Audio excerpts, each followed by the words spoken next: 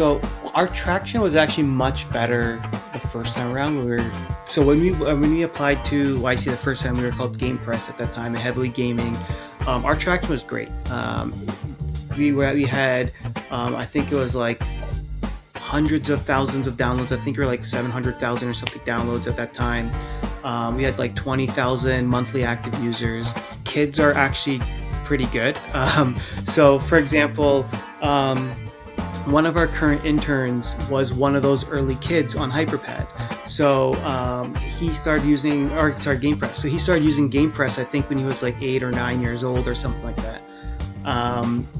And he was making fun little silly things, as little kids do, just playing around, creating cool stuff. He stuck with the platform, and as we rebranded, he sort of came along the way. There was a kid who got recognized by the president of the states for an app that he... So he was a young kid. I think he used GamePress. So he was a young kid in Australia, and he created, I think it was a game for school or something like that. It was a game of sustainability and collecting, recycling and collecting garbage or something. Yes, stay current with the no-code environments, meaning making the tool more powerful and more friendly, but at the same time, not limiting that as well. So we added, I think last year we added some features where you can actually code. So if you export your project to Xcode and you want to submit to the App Store, you can do Swift and Objective-C code and tie that into hyperPad projects. Yeah, I think the big thing is localization. So translating the app into various languages, I think, is going to help a lot. There's been a few like keeping it professionalism separate in our personal lives hasn't been an issue. We get along great regardless, so that hasn't been a problem.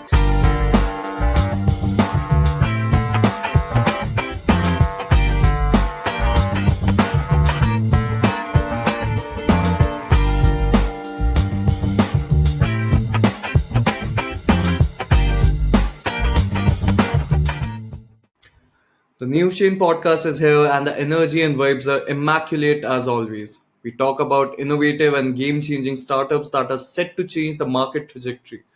And the founder of such a startup is here to bring forth the untold story, the behind the scenes, the gimmicks, and the juicy insides of the market.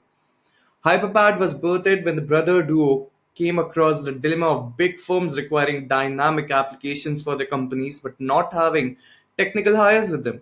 So, were they out of luck? No, that's where HyperPad comes in. Think of it as a digital Legos for app building. Tonight we are getting hyper with Murtaza, the co-founder of HyperPad. Please give it up for him and welcome him on the Newzchain Podcast.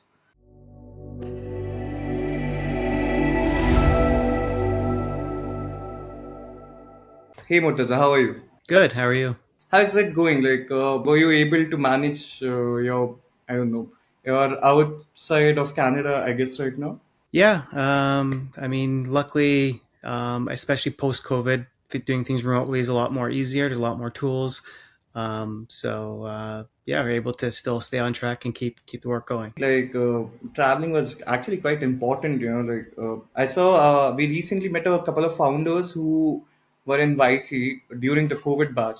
So these guys, they missed out on a lot of travel, and I guess we would agree that it makes a lot of difference if you're in, like within the environment there in Francisco compared to back at home. So you were there, you're a part of YC in 2014, right? And how did that go for you? It was an interesting time for us because when we went into YC, we went in with a different idea than what we are now. So pre YC was more similar to what we're doing now. So we sort of pivoted and then pivoted back. It's a weird time for our company. So we went in with our iPad app called GamePress at that time, which was an app that empowers people to make mobile games and share them with friends and family across the world. The vision was to democratize game development and make it fun and enjoyable. But getting into YC, we actually applied before, didn't get in. And then we kept in touch with Michael Siebel, who is now one of the leading people at YC. So with some of his feedback and advice, we sort of shifted focus a little bit and going more on interactive books. So this is things like children's books, that sort of stuff. And so we sort of modified our tool GamePress to make it more focused on creating interactive books on iPad, um, and targeting authors, illustrators, that sort of stuff. Um, what we found was people, when we spoke to publishers and things, a lot of times they'd come back to us and say, oh yeah, this is really cool, if only it could make games.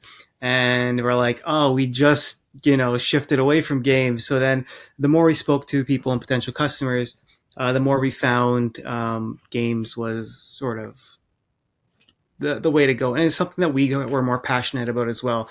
If I'm being honest, during the whole transition to going with books, we sort of lost that passion a little bit. So then we, towards the end of YC, or I think it was post YC, we sort of shifted back and went more so into the gaming space. We met with Paul Graham during that time as well, and our company name was really terrible at that time. We rebranded to Tappable. He's like, yeah, this name is dumb. I don't remember his exact words, but it was basically like, this is a terrible name. It's like, you guys should. And then he made the connection of being like, our tool is sort of like HyperCard from like the 80s and the original Macs and stuff. He's like, it would be cool if you had like had that connection to like HyperCard or something. I'm like, yeah. And then we went home and looked up the domain for HyperPad to connect, the HyperCard aspect and iPads, and it wasn't available, but it was really cheap. So we were able to make an offer. We got it like really, really cheap. And then that's when HyperPad was born, and we pivoted to focusing more on the gaming side, and allowing people to make that decision of whether they want to make games or books and things like that. And then that sort of trickled us down to like an educational path as well, which is something we found, which was really interesting. We didn't make our tool for the educational side at all, but we found that a lot of teachers were using it to teach kids programming and introducing them to STEM skills and engineering and math and all that sort of stuff. So we're still trying to figure that space out, but it's something we're moving more towards right now. I noticed you told me that you applied a couple of times in YC before getting selected. So what was that time like, right? Like Mm-hmm. what were your initial vision and challenges? Yeah, so we actually applied twice. So in 2012, we applied, and we did get selected for an interview. But at that same time, we also got accepted to Dream It Ventures, which is a accelerated program in New York City. So I think we're one of the few YC companies who've actually taken part in two different accelerators. So we have a unique perspective in that regards. And so we got accepted in Dream It, but when we had I think around that same week we got an email back saying, hey, from YC, saying, hey, we want to interview you guys. And at that point, we're like, we asked them if we can move up the interview because we have this offer from Dream It. We didn't hear back from them in time. Ultimately, we decided to just accept the Dream It, since that offer was on the table and we didn't want to give up that funding. Um, which was a great experience, very different than YC. And then the following year, after Dream It, we left New York City, went back to our town in Canada. It's a small town, so things really start to slow down. And we said, well, let's try to pick things up again and go through that accelerator mindset. And that's when the idea of applying to Y Combinator came in, especially for more funding and things as well. So we applied to YC. I think it was end of, or like the spring batch of 2013. That's when we went through the interview process.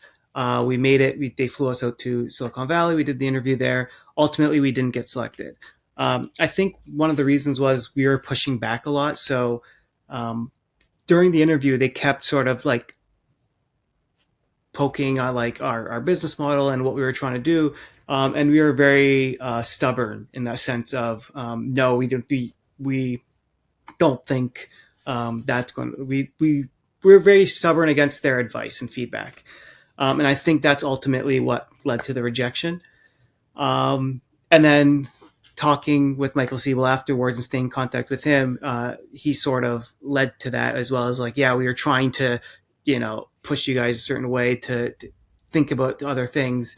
And then when we applied again, we took their feedback a little bit more. So, what do you think was the main difference between the first two attempts? Was it an accelerator? Because a lot of people do that. They find a new co-founder, they go and change the model, and you, in a good way, were very stubborn.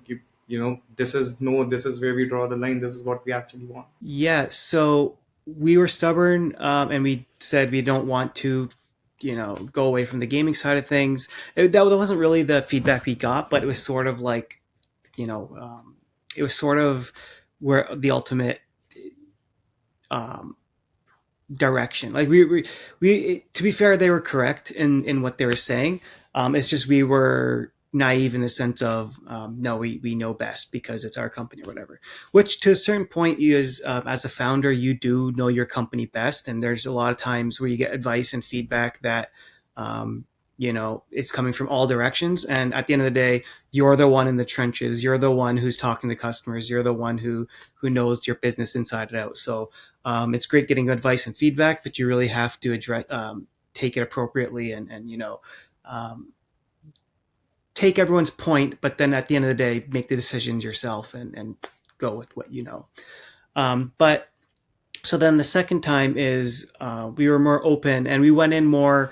Um, so the second time we applied with the books idea, we went in saying we have this many authors on board. So what we did was contact authors and work with them closely early on. So we went into IC saying we have, I think it was like 20 or 30 authors and illustrators ready to create content on our platform.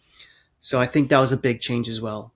And it was showcasing what's possible. And between doing your second attempt, you were back home, if I'm correct. Yeah, so we were back in Canada during that time.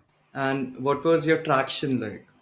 You said you had quite a number of authors. You did a rebranding. You changed your model a bit. So our traction was actually much better the first time around. So when we applied to YC the first time, we were called Game Press at that time, and heavily gaming. Our traction was great. We had I think it was like hundreds of thousands of downloads. I think we were like 700,000 or something downloads at that time. We had like 20,000 monthly active users. So our traction was pretty good. Like it was great. It was a free app, so we weren't monetizing, but our retention was great. People were actually using the platform. We had thousands and thousands of projects created on our platform. So it was doing really well. The problem was we didn't know how to monetize, and a lot of the people using our platform were younger kids, and we at that time, Roblox really wasn't huge and nobody was really selling to kids. So we were like, oh, these kids are ruining our platform and, uh, sort of not taking them seriously as a potential revenue source. So that's when we started pivoting and going towards like the authors and stuff, which was um, much smaller numbers, but we were actually making some money. And there was we could then become publishers of these books as well. So we'd not only be a tool, we'd also be a publishing house. And that's sort of, I think, what YC saw in it, where one of the big questions of YC is like how you're $100 million company. Well, you're creating the tools, but you're also publishing and taking a cut of everyone's, game. So or books in that case. So if someone creates the next big hit, you're getting a chunk of that, you know. So it's traction wise, I feel like our initial traction was better if we would have just figured out how to monetize off of that. And it's actually something we're kicking ourselves in the foot now. Is like when we pivoted in a way which shut down GamePress. So we just basically said GamePress is done. We're moving on to Tappable at that time, or now hyperPad. But so we lost out on all those users and all those that huge community built out. So to this day, we're still trying to get them back, and that's the struggle we have. And what was the tech landscape in Ontario like back when you were home? Also, the second part of the question being, are you aware or were you in touch with these particular communities or resources called Tech Alliance or Hacker Studios? Yeah, so in London, it was really like where we were located. It was really small, and then the next town over, Waterloo, it was much more tech friendly. So in Waterloo, they had Communitech and they had a bunch of things built around startups, mainly because the University of Waterloo is a big tech school. I think it's like a lot of people in Silicon Valley and all that some come from Waterloo, so Waterloo pushes a lot of that. London at the time wasn't that great. I think we worked with Tech Alliance a little bit, but what we found with the London scape of things, especially with Tech Alliance at that time, was they're more so looking at other places and trying to mimic them rather than bringing what's unique to London. So London actually has a great game development community. So there's a lot of like game companies in London. So we have Digital Extremes, who created the original Unreal Tournament, the popular Warframe. And then there's Big Blue Bubble, who made some big famous Facebook games and things like that. And then there's Big Viking Games. So there's these big game companies, but London didn't really, you know, put a lot of emphasis on that, which they should have, in my opinion. And they were trying to mimic these other startup towns instead. So we didn't have a lot of. So we worked with Tech Alliance a little bit, but in the end, it wasn't really for us at that time. Um, but yeah, so what we did do is work with the local university. So at that time, before we got into Dream and everything, we worked with one of our mentors at the time, who was a great help and got us our early funding and all that stuff, was John Pollock. And he ran Biz Inc. in University of Western Ontario. And he funded a little, business incubator type thing at the Western University, which my co-founder, my brother, is the alumni of. So we had that connection, and they sort of helped us, get some funding, apply for grants, and all that sort of stuff. So there was some stuff there, but we were like so early on in the scape of in the London tech scape, so there was not a lot of stuff that was planted down. So, tell me something. You told me you had a particular user group that are not, say, they're not exactly helping you financially. They're not exactly helping you with the user input that you might get, right? So, how are you gathering and incorporating your user feedback, which turns out to be crucial for product refinement as you move forward? Yeah, so that was actually the big problem. Is, like I said, the people early on were younger kids. So younger kids don't give feedback in the way businesses typically take it. So a lot of times you accept an email or something, or you send out a form or something like that, where it's like, hey, how's our product? Or you send a survey, stuff like that. With kids, that doesn't really work. And so we weren't getting that feedback we needed. So a lot of the time, what we did was take part in that community ourselves. So we were active in the forums, active in the chats, and active in like our in-app community, sharing these games, playing these games, giving feedback on the games, and all that sort of stuff. So I think the approach for that was to sort of, which we learned later on, which was sort of take part in the community more and become a member of the community you've created. So I think that was a big challenge, was figuring that out and how to get that feedback. And will you say this helped you in your second phase of the product when hyperpad came around after YC? Yeah. So by that point, we figured out kids are actually pretty good. So for example, one of our current interns was one of those early kids on hyperpad. So he started using, GamePress. So he started using GamePress, I think, when he was like 8 or 9 years old or something like that. And he was making fun little silly things, as little kids do, just playing around, creating cool stuff. But he stuck with the platform. And as we rebranded, he sort of came along the way. Now it's been like 10 years later. He's going to University for Computer Science, and he's making some really, really advanced stuff. So he's learning programming and all like the traditional programming languages, and then taking what he's learning in university and applying it inside of hyperpad and creating projects with great graphics and great, really advanced stuff, like from online multiplayer and server logic, and it's go take it to the next level. He's doing stuff we didn't know was possible. So what we did was basically said, hey, nobody knows hyperpad better than you. Why don't you come on board? Since you're still in school, we'll bring you on as an intern, and we pay him as an intern. He works part-time, so we work around his school schedule, and he's making some of the best hyperpad features. So Um, really, so yeah, to answer your question, what we learned how to communicate with our users and really appreciate these kids, because these kids are not always going to be those little kids just playing around. They're going to be these pillars in our community, which sort of gives us our long-term strategy as well. So we want to create more of these guys. So the goal is get them when they're young, using the platform, playing around with it, but keeping them hooked, and then they're going to use this throughout their educational career. So I like to compare it similar to what Apple or sorry Microsoft does with Office. When you're in school, early on, you're using Word, PowerPoint, Excel, all that sort of stuff.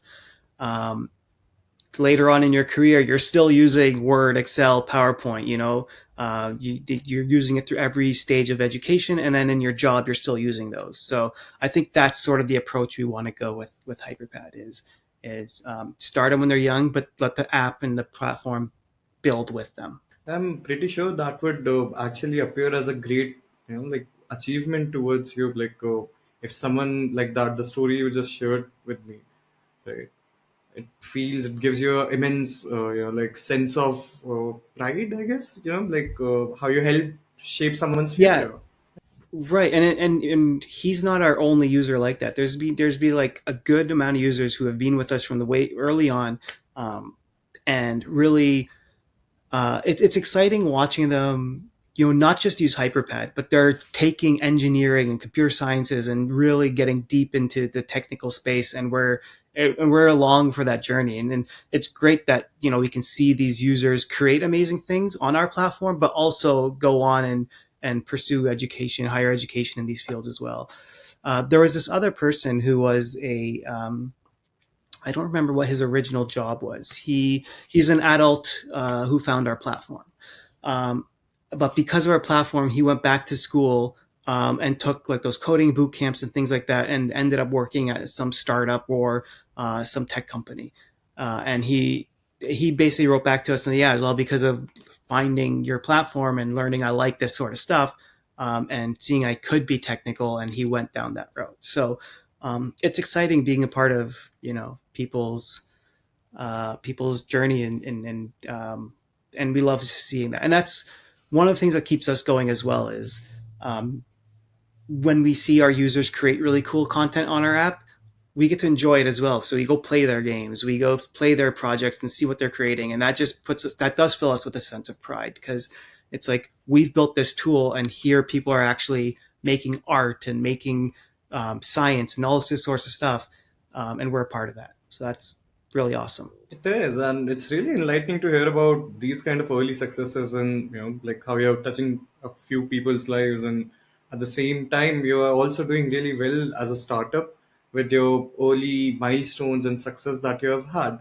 So, can you maybe touch upon that? Like, I don't know, maybe just flaunt a few medals that you have had in your trophy cabinet for this. Well, I think our medals are all the successes of our users. So if our users do well, then we're doing well. So an example of this is Hakan, who's a teacher in Turkey. So he found hyperpad. I don't think he was early on. So he found hyperpad, um, and started making games with it and selling them in the app store. He now makes more money off his games that he sells than he does as a teacher in Turkey. So um, that right there is amazing. So I think one of his more popular games is called like Super Cow or something. It's on the App Store. Um, so you go check it out. It's free, I think. And he makes money off like ads or in-app purchases or something like that. But it's exciting to see that you have this teacher who was making games for fun or whatever, but is now actually making more money as a teacher. So that's our achievement. That's our medal is seeing the lives of all these people changing. I really hope our interns are not influenced by this. Like we don't want to lose. Yeah. It's I don't know. It's a great way to you can get them to make things for you guys, right? So who knows? Maybe they can jump on hyperpad, make some games or something around your company, around your podcast, and next thing you know, You're a All character in jokes a aside, game or I really something. hope they do, because it's something that even as I sit here, I would have wanted to, like come up with something like that. It's just fascinating to even hear these stories. I guess before you were here, Crystal, your marketing head, she was here, and we were discussing the same thing. There was a kid who got recognized by the president of the states for an app that he, Yeah, yeah. yeah. So he was a young kid. I think he used GamePress. So he was a young kid in Australia, and he created. I think it was a game for school or something like that. It was a game of sustainability and collecting, recycling and collecting garbage or something. And then that sort of got him some recognition in Australia, and throughout his space. I think his dad did a lot of help there, um, and it helped them connect into the right people. But at the end of the day, he created this game, and together, him and his dad, uh, you know, got got published through all the news outlets and stuff in Australia. At the end, he applied to some event or he was invited to some event in California, in Silicon Valley, where he presented his creation that he made with hyperPad. And then he got to meet President Obama through that whole process. Um, so he met President Obama. He met a bunch of people in the tech space. I think he met someone from Meta as well. So he used our platform to really jump off and get really dive deep into the tech space as well. So which is exciting to see. I see. And like reflecting on these early experiences, there are a few learnings that you carry with you as you move forward. And this is actually the best way to move into our next segment.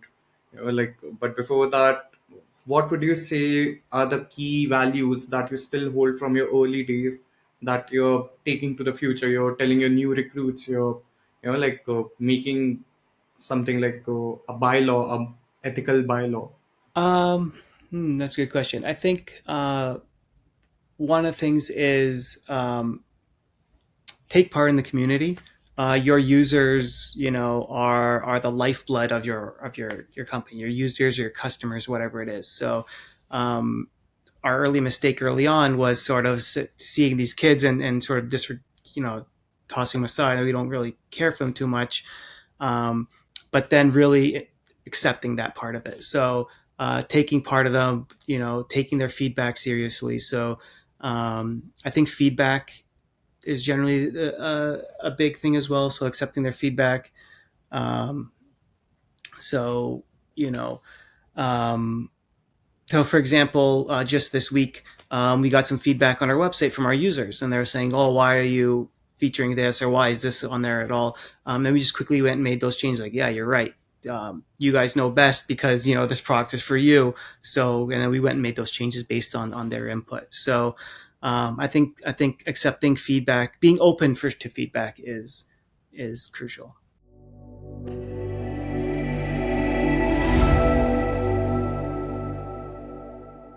Yeah, that's absolutely necessary. What makes me curious is how are you doing it currently? Apart from obviously, like you mentioned it earlier as well, we can reach you out through emails, we can reach you out to website. What other channels have you kept open for your user group to engage with you? Yeah, so we have an unofficial Discord chat, which our community has set up themselves, and we go take part in that Discord. So we're active members in that Discord community. So we found where our users are hanging out, and we went there. So it doesn't necessarily have to be on our platform. We go where they are, and we go and answer questions or just make jokes, whatever it is. So it's not always serious, but like hyperpad this, hyperpad that. Sometimes just taking part in whatever conversation it is, and that could lead to a whole different business model that we never even expected. So, just going where the users are and just communicating, talking, and being that way. And then the more official ways is just reaching out to them through our app directly. So they get emails every time there's an app update. We ask them, "Hey, what do you think of this update? Is it good? Give your feedback. Let us know." And I know a lot of companies do that in the sense of um, they do a little thing, a little pop saying rate our app in the app store, which is great. But we want that feedback. So before saying go rate us in the app store, we say tell us how we are doing, because if we're not doing great, we got to fix that right away. So we take customer feedback very seriously. You see. And how would you describe your current position in DevTools category? Given that you have a high ranking among iPad apps, and I was just going through a stream. You're quite popular on Reddit as well because of the environment you have established yourself within. Yeah, I think as a tool, we're in a unique position where we we can be used by professionals and people who lack any technical skills at all. So we're in that nice in between spot where we're powerful enough where you can actually create things and sell them, like Hakan does, for example, or we're simple enough where you can use us in education and kids can use us to like learn on. So we're in that unique position um, where compared to other platforms, where we sort of don't force anything on anyone. So, like I know one of the feedback we received from some teachers was how they love our platform compared to competitors, is because the kids can use our platform, but they're not. There's no ceiling. So on the other platforms, it's once they go through all the documentation or the basics or tool set, that's it. Like they can't expand further. Whereas with us, they can actually continue using this, and um, the ceiling is infinite. So we really like unleashed our creativity, and we're the tool set for that, I think. Quite frankly, it's impressive to see HyperPad's prominence in the DevTools category. Particularly among iPad apps, right? And Yeah, hmm, based on that, yeah.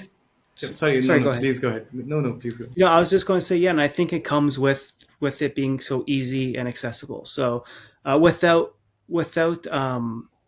making it uninviting. So um, we don't say you have to be a programmer to use hyperpad. You don't have to be a certain type of experience level to use hyperpad, and I think that's why it's interesting. And like you said, it's kind of necessary to even like stand apart, think out of the box, which you have been doing, like you mentioned, with a particular user group that have been quite supportive of your USP that you provide, which they can't find in competitors like Blockly or Thunkable. So that actually wants makes me curious to delve further deeper into how you guys how you have solidified your position in the market, and what exactly are you doing that sets you apart from your competitors. Yeah, I think two things. Going back to what I've already said is user feedback. So we talk to our users and take what they want and um, try to address their issues without going to feature creep. So sometimes the problem is you get feedback and the users don't know exactly what they want. They tell you one thing, but they actually mean another. So we become an expert in that sense of taking their feedback and and applying it and analyzing their needs. So we make sure that if they say we want one thing, we make sure to get to the root of the problem. And then the next thing is we try to make it, we try to make it powerful enough that it's not. We don't want to. We don't want to make it too easy in the sense where it's like, oh yeah, it's so easy, but you lose out on those power tools. And I think that's drawing that line of making easy but powerful is sort of the challenge. I see. So, like it's a clear example of how fostering community and that actually is a vital component for being a successful platform like you are. And like I'm kind of interested in hearing about your strategies for enhancing further customer engagement. Maybe your presence on social media, and even your efforts. Marketing efforts that contribute to the ongoing improvement and development. Yeah, I think one of the big things we want to do is really showcase what the users are creating. So we're currently in the process of creating a new, what we call the hyperpad hub, which is a community where users can share their games, play them, leave feedback, all that sort of stuff. You can think of it as YouTube but for games.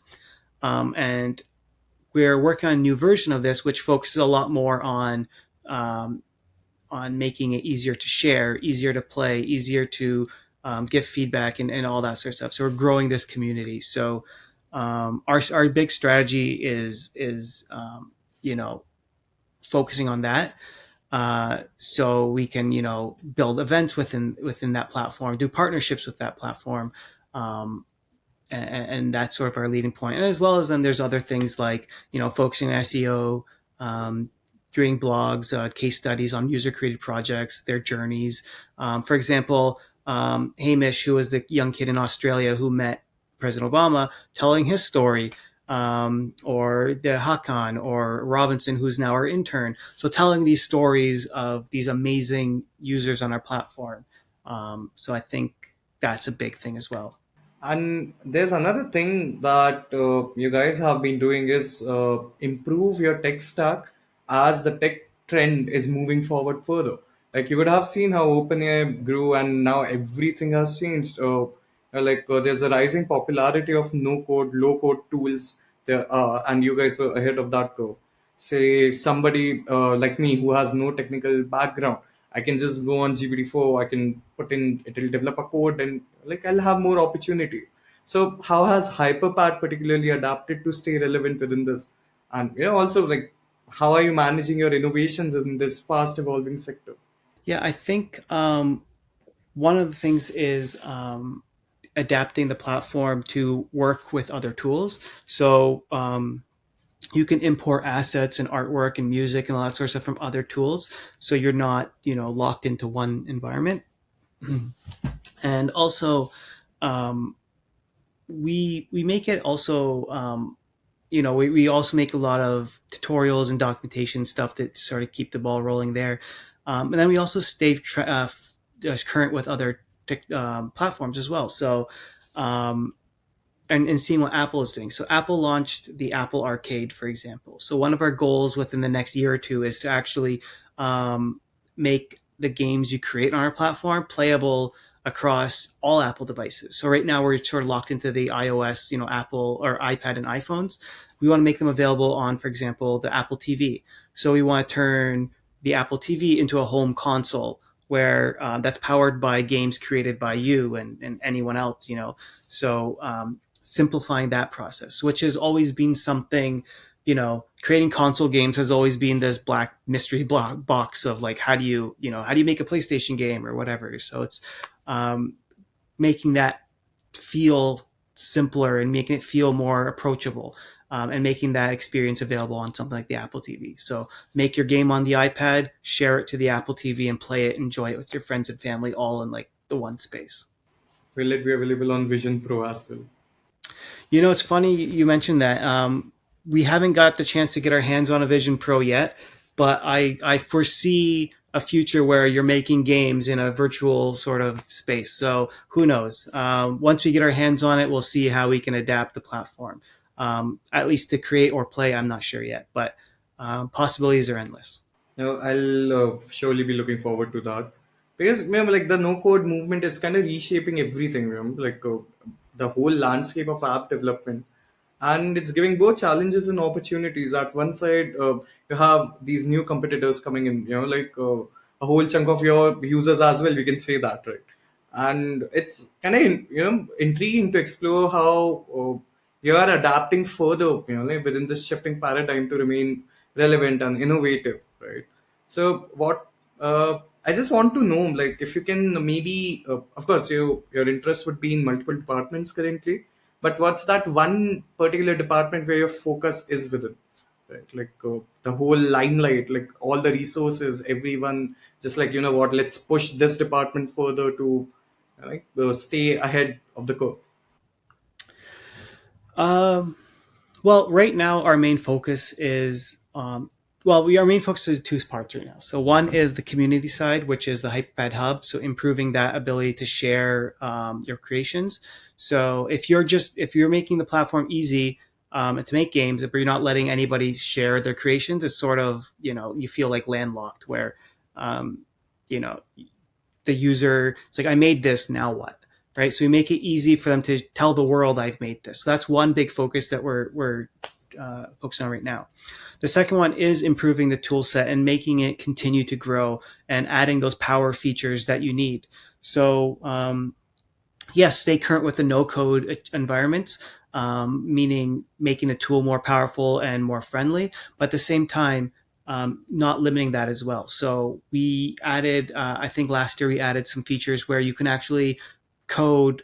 So if you export your project to Xcode and you want to submit to the App Store, you can do Swift and Objective C code and tie that into hyperpad projects. So you can't share that within the Apple or within the iPad hyperpad hub, mainly because of Apple's rules and regulations. But if you're exporting to the App Store, you can actually code as alongside this whole no code environment. So we opened up that door for our community. So so I think the big thing is making it easy to share, and then also continuing to make it powerful and usable. So what about like there are few people who might not have resources to access the iOS environment. Are you planning to move into the Android market as well? Yeah, so that's been our biggest question and feedback we get from a lot of developing nations, and educational partners, because not all schools can afford iPads. They often have Android devices. Um, on the short term, no, mainly because we've sort of early on we started with making hyperpad a native application, so it's very much written for the Apple ecosystem. Long term, yes, our plan is to go cross platform. So our vision within the next couple of years is to start by making hyperpad creations cross platform. So you make your game on iPad and then you can share it across Windows, Android, whatever, what have you. And then eventually down the road, make the editor as well. So you can actually do the whole creating on other devices. But that's more long term. But yeah, we do want to be on everything. But right now we're focusing on making the experience on the iPad great, and making it easier to share. So apart from North America, you mentioned the growing countries where user base has already reached. Is there another strategy towards your like like spreading across the globe? Two strategies right now is one is focusing heavily on education. So we're trying to get more into the educational space. That means schools, and things like that. And we're offering curriculums and documentation, and getting these teachers and stuff on board. And the second space is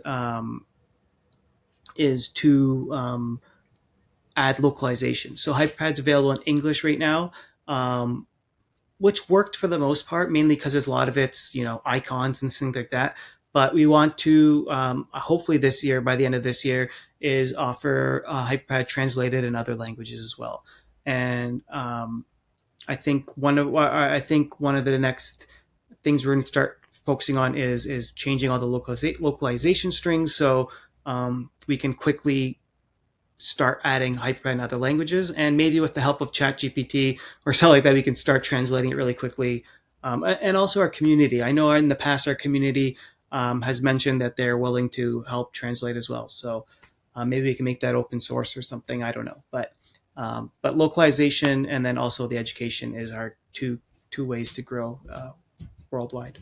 It's really great, like when you understand these obstacles, they can provide valuable insights, like how you manage your adaptability in the near future. And like you said, you constantly keep in touch with your community, which is absolutely an amazing thing for a startup to like do. So, based on the recent feedback and the market trends that we were discussing, are there any immediate hurdles that you guys are facing? Um, I think the biggest one is the biggest one is balancing the power of hyperpad, what's possible with ease of use. So sometimes when we add these great power features, they're sort of complicated or difficult to use, and the hurdle is trying to find the balance and work in between those. So for example, one of our very advanced features is multiplayer. So multiplayer is just in general is a very difficult concept to program, even in traditional programming. Um, so we added it, but it's still even in hyperpad, it's still a challenging concept. So for example, you still need to figure out how to set up a server and all that stuff on your own. Ideally, we'd like to bring that all in house and provide all that stuff all within hyperpad, so it just works out of the box. And I think that will make it a lot easier. So I think that figuring out the balance there and how much to do for them, but also leave it open that they can expand. So we just got to find that balance. Yeah, that's great. Like your company's responsiveness to its users' needs and its commitment to the continuous improvement that you're like talking about. It's absolutely fantastic. So, with a glimpse into Hyperpad's present landscape, let's. I would want to turn our attention to its future trajectory. Right. So, looking ahead, what is your overarching vision for Hyperpad in the next few years, and how do you plan to achieve it? Yeah, so we touched on it a little bit. One is the educational side of things. So we want HyperPad to be in more schools and attract kids to use a platform and start learning these computer science skills early on, which in the end helps us long term, and we get more of these users as they age and become more experienced with the platform. So I think that's one of our big focuses. And then next one is, like I mentioned, HyperPad becoming sort of the creation tool to create on Apple TV and other platforms, in the sense of like, you know, where your creation tool to making your home experience into a console, like the Apple TV, turning that into a home console. And I think that's a big thing in the next year or two. And then sharing across other platforms as well. So sharing, once you have sharing on the Apple TV down, sharing to Android, sharing to Windows users, making it available in web browsers. I think it'd be great if I can share a game to you and you just open a link on your phone and you just play it no matter what device. I think those are I think that's the direction we really need to go. So, we even touched upon a couple of times about AI, right? And since like the way you tell me you want to move into a particular set of devices, you want to even change the environment at some point, right?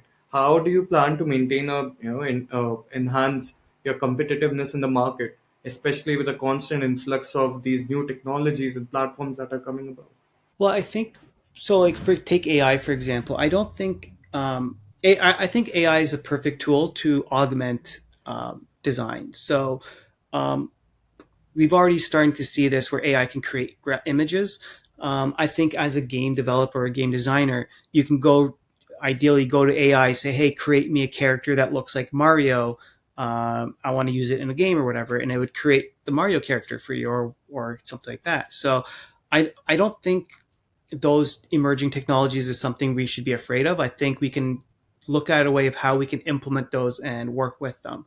So I think something like AI, for example, could be used very positively in the game design space, where you use it, especially for an indie developer who doesn't have the resources of a large team or something like that, or of a graphics designer, sound engineer, or something like that. Just have AI generate those pieces for you, and then use a tool like HyperPad to create the logic and make it come to life.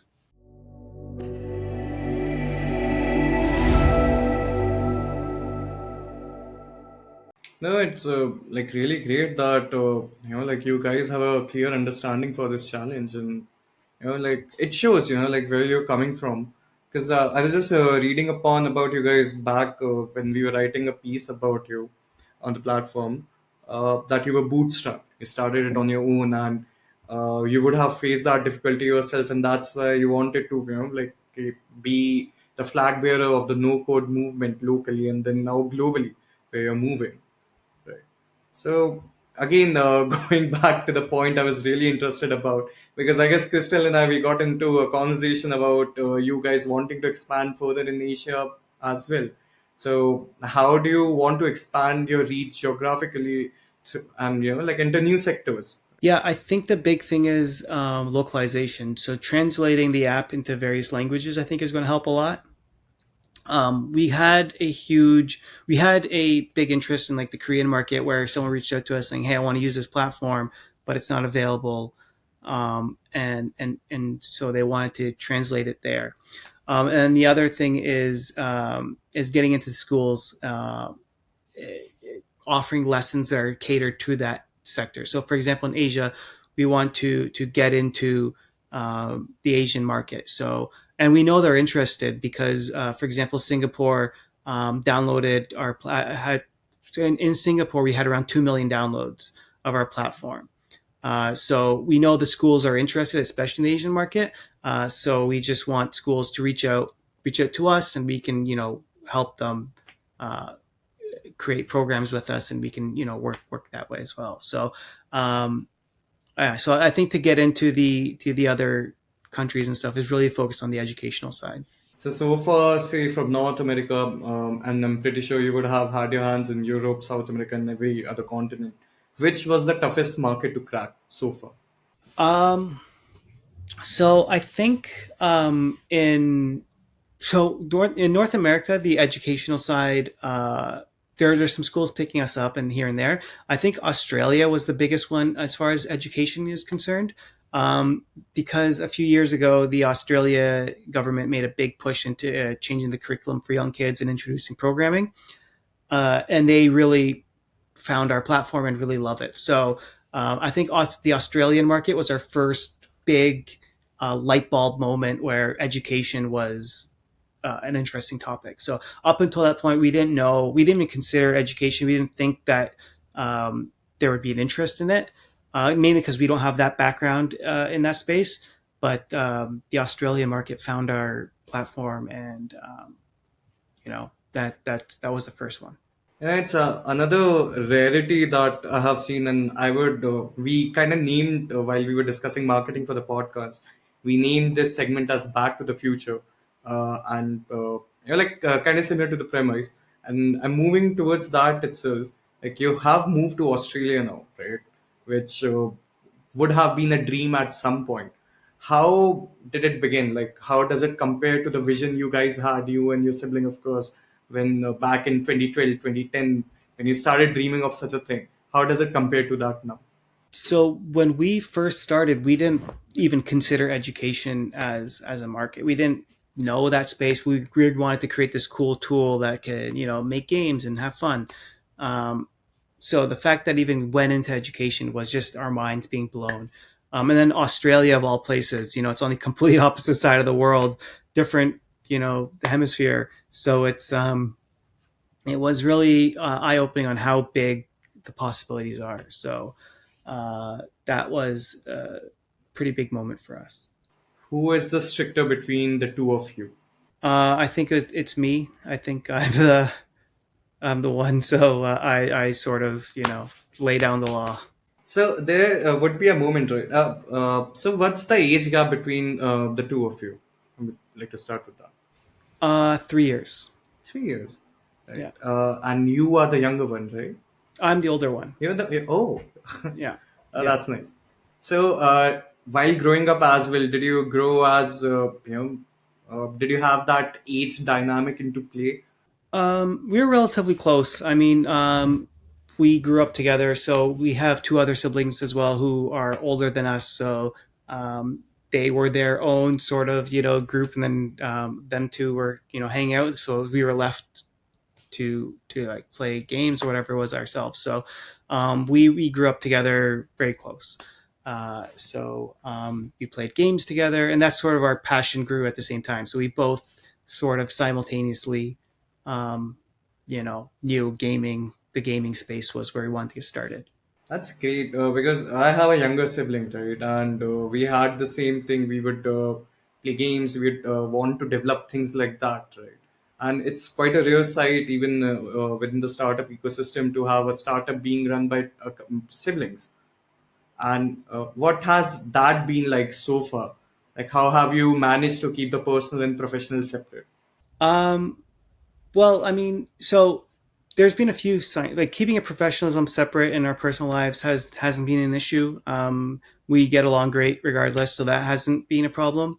I think it actually helped us get into YC as well. There was a moment during our YC interview where a similar question popped up on like how we communicate and how well we work together. And I think one of us started answering the question and the other one finished it without even, it's like we have this like mind melding moment where during the interview they're like, oh, this is like magic, where these two are in sync in that way. So I think that helped us there. One thing we got some feedback early on from an investor in New York was they don't invest in siblings because if there's ever a situation where arises that impacts the company or the siblings will always choose themselves over the company, which I can see their point, but at the same time, especially in our sense, we have our vision so aligned where uh, we know what we want for the company to succeed, and we're going to do whatever it takes to get there, and we have that commitment. Um, so I can sort of see, but at the same time, I think we've proven that to be wrong because we both have the same vision for the company. What's next within this vision for the two of you? Um, well, I mean, for as far as the company's concerned, we want to get hyperPad to cross, to bring in millions of dollars, so we can grow it across cross platforms. We want it to make we want to bring back what GamePress was as far as the community side and how many active users and how how alive it felt, but bring that back in with actual creative people. So making the bringing that creativity to life. So I think that's sort of the goal for the next the next few years is you know bring millions of people to create more. I see. And would you say that in the near future you're looking for getting more investment, and what are you planning, like to achieve that? Yeah, so up to this point, we've been mostly bootstrapped. So we got the funding through YC, Dream Adventures, and a few other grants and things like that. Um, we During the fundraising process, we went down that road, and we didn't like it too much in the sense of dealing with investors, changing the company around what they want. But yeah, we may go back into looking for funding to grow to that next to that next step. But right now, I think we're focused on um, continuing to bootstrap for the next little while, just to make sure we have it ironed out on what the vision is and where we want to go. Because we don't want to give up on the community. And then oftentimes working with previous investors was very anti community in that sense. So they didn't like too much. You know, the amount of involvement we have with the community would really start diminishing if you focus on investing or on gaining investors.